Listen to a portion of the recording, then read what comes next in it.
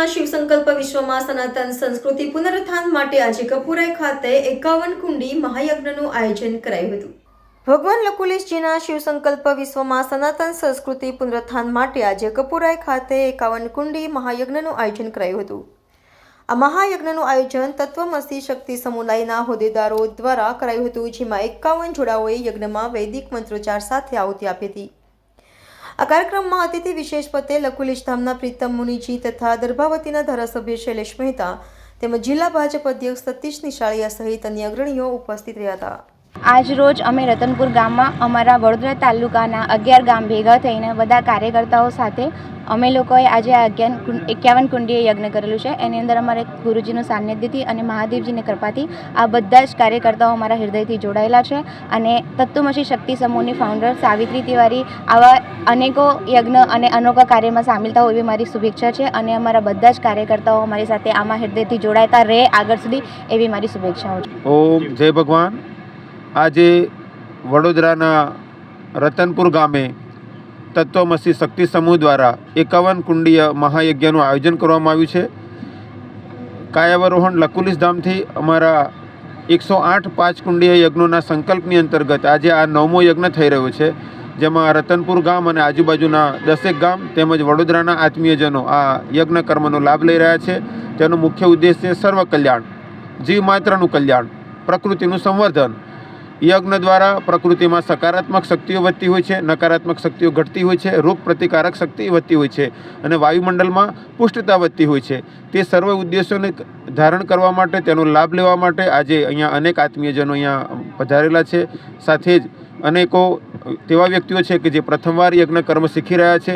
કુલ મળીને તેવો પ્રયત્ન છે કે સનાતન ધર્મના યજ્ઞ વિદ્યા દ્વારા જીવ માત્રનું કલ્યાણ થાય, રોગ પ્રતિકારક શક્તિનો બધા લાભ લે અને વર્તમાનના પ્રદૂષણમાં આ યજ્ઞ કર્મોની વધારેમાં વધારે શૃંખલા ચાલે તેવો પ્રયત્ન સાથે જ સર્વ કલ્યાણ માટેનો અહીંયા પ્રયત્ન થઈ રહ્યો છે। મુખ્યતઃ અહીંયા સાવિત્રીબેન તિવારી અને તત્વમસી શક્તિ સમૂહ ગ્રુપના સર્વે આત્મીયજનોના આ પ્રયત્ન દ્વારા આ શ્રેષ્ઠ કાર્ય સંપન્ન થઈ રહ્યું છે।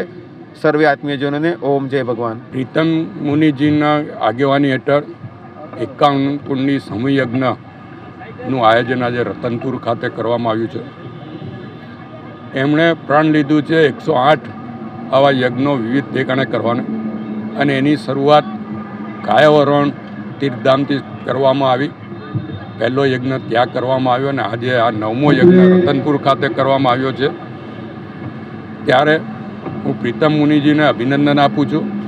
આજનો દિવસ આપણા પૂર્વ વડાપ્રધાન અટલ બિહારી વાજપેયીનો જન્મદિવસ અને આ દિવસને સુશાસન દિવસ તરીકે પણ ઓળખવામાં આવે છે। માનનીય વડાપ્રધાન નરેન્દ્રભાઈ મોદીએ આ દિવસને સુશાસન દિન તરીકે ઉજવાતો કર્યો છે, ત્યારે એમને પણ વિશેષ અભિનંદન। અને સાથે સાથે જ આ તત્વમસી શક્તિ સમૂહ જે બહેનોનું અહીંયાનું મંડળ છે એના પ્રમુખ સાવિત્રીબેનનો પણ આજે જન્મદિવસ અને એમના જન્મદિવસે એમણે આ 51 કુંડી મહાયજ્ઞનું આયોજન કર્યું છે અને એમાં મોટી સંખ્યામાં લોકોએ ભાગ લીધો છે, એટલે એમને જન્મદિવસની વિશેષ શુભેચ્છા પાઠવું છું। પ્રીતમ મુનિજીનો આ જે પ્રણ છે એ પ્રણ શિવરાત્રિ સુધીમાં પૂર્ણ થશે। શરૂઆત પણ એમણે ડભોઈ વિધાનસભાથી કરી છે અને આજે 9મો યજ્ઞ પણ ડભોઈ વિધાનસભામાં થઈ રહ્યો છે। કદાચ 108ની પૂર્ણાહુતિ પણ ડભોઈ વિધાનસભામાં થશે। આનાથી ડભોઈ વિધાનસભાના લોકોમાં નવી ઉર્જા ઉત્પન્ન થશે, નવી શક્તિઓ ઉત્પન્ન થશે અને ડભોઈ વિધાનસભાના વિકાસમાં જે કંઈ અડચણો આવતી હશે એ દૂર થશે। એના માટે પ્રીતમ મુનિનો હું દિલથી આભાર માનું છું અને એમને 108 એમના યજ્ઞ પૂર્ણ થાય એવી શુભેચ્છા આપું છું।